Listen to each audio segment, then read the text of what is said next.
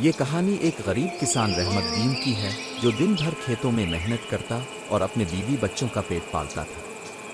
اس کا ایک ہی بیٹا تھا زبیر جو نہایت محنتی اور لائق تھا۔ اسے بچپن سے ہی پڑھنے لکھنے کا بے حد شوق تھا۔ وہ دن کو اسکول جاتا اور دل لگا کر پڑھائی کرتا، ہمیشہ پہلی پوزیشن حاصل کرتا، اور اس کے استاد بھی اس کی ذہانت اور محنت کی بہت تعریف کرتے۔ رحمت دین اور اس کی بیوی اپنے بیٹے زبیر سے بہت محبت کرتے تھے۔ ان کی زندگی سادہ مگر سکون بھری تھی۔ زبیر جب اسکول سے واپس آتا تو فوراً اپنی ماں کے ساتھ کھیتوں میں اپنے باپ کے لیے کھانا لے کر جاتا۔ وہاں وہ کھیتوں میں خوب گھومتا پھرتا، ہریالی اور کھلے آسمان کے نیچے آزادی محسوس کرتا۔ زبیر جب اپنی ماں کے ساتھ زمین پر پہنچا تو اس نے دیکھا کہ کچھ لوگ اس کے باپ کو دھمکا رہے تھے۔ ان کے چہروں پر غرور اور آنکھوں میں دھونس تھی۔ ایک آدمی اونچی آواز میں کہہ رہا تھا، سن لے رحمت دین، اگر اپنی اور اپنے خاندان کی خیر چاہتا ہے تو یہ زمین جاگیردار صاحب کو بیچ دے، ورنہ انجام برا ہوگا۔ زبیر کی ماں یہ سن کر گھبرا گئی اور تیزی سے آگے بڑھ کر بولی، یہ لوگ تمہیں دھمکیاں کیوں دے رہے ہیں؟ کیا معاملہ ہے؟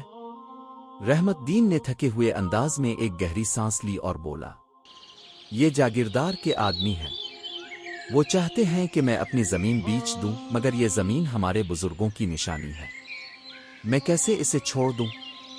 زبیر کی ماں کے چہرے پر خوف کے سائے تھے، مگر یہ لوگ خطرناک لگ رہے ہیں، اگر انہوں نے کچھ کر دیا تو؟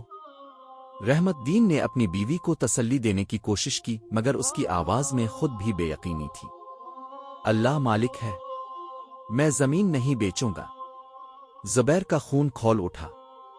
اس نے غصے سے مٹھیاں بھینچ لیں اور بولا، ابا، ہمیں ان ظالموں سے ڈرنے کی ضرورت نہیں، ہم قانون کے پاس جائیں گے۔ لیکن رحمت دین جانتا تھا کہ قانون ہمیشہ غریبوں کا ساتھ نہیں دیتا، خاص کر جب مقابلہ کسی جاگیردار سے ہو۔ بیٹا، یہ دنیا اتنی سیدھی نہیں ہے، ہم غریب ہیں، ہمارے پاس طاقت نہیں، اس نے دکھ سے کہا۔ ایک دن زبیر جب اسکول سے واپس آیا تو تھکا ہوا لگ رہا تھا۔ ماں نے شفقت سے اس کا چہرہ دیکھا اور پوچھا، بیٹا کھیتوں میں چل رہے ہو نا؟ تمہارے ابا انتظار کر رہے ہیں۔ زبیر نے اپنا بستہ ایک طرف رکھا اور تھکے ہوئے لہجے میں بولا، امی، آج اسکول میں ریس کا مقابلہ تھا، میں بہت تھک گیا ہوں، آج اب اور ابا جاؤ میں نہیں جا سکتا، بس تھوڑی دیر آرام کروں گا۔ ماں نے اس کے بالوں میں ہاتھ پھیرا اور مسکرا کر بولے، ٹھیک ہے بیٹا، تم آرام کرو، ہم جا رہے ہیں۔ زبیر بستر پر لیٹتے ہی گہری نیند سو گیا، اور ماں کھیتوں میں اپنے شوہر کے ساتھ روانہ ہو گئی۔ رحمت دین اور اس کی بیوی کھیتوں میں بیٹھ کر کام کر رہے تھے۔ ہلکی ٹھنڈی ہوا چل رہی تھی اور آسمان پر پرندے اپنے گھونسلوں کی طرف جا رہے تھے۔ زندگی ایک عام دن کی طرح رواں دواں تھی کہ اچانک رحمت دین کی چیخ سنائی دی، آہ اللہ، بچاؤ! زبیر کی ماں نے چونک کر دیکھا تو اس کا دل ہل گیا۔ ایک بڑا زہریلا سانپ رحمت دین کے پاؤں میں لپٹا ہوا تھا۔ اس نے اپنے زہریلے دانت رحمت دین کے پیر میں گاڑ دیے تھے اور وہ درد سے تڑپ رہا تھا۔ زبیر کی ماں گھبرا کر ایک لکڑی اٹھا کر سانپ کو مارنے کی کوشش کرنے لگی، لیکن سانپ نے پلٹ کر اسے بھی ڈس لیا۔ ایک لمحے میں سب کچھ بدل چکا تھا۔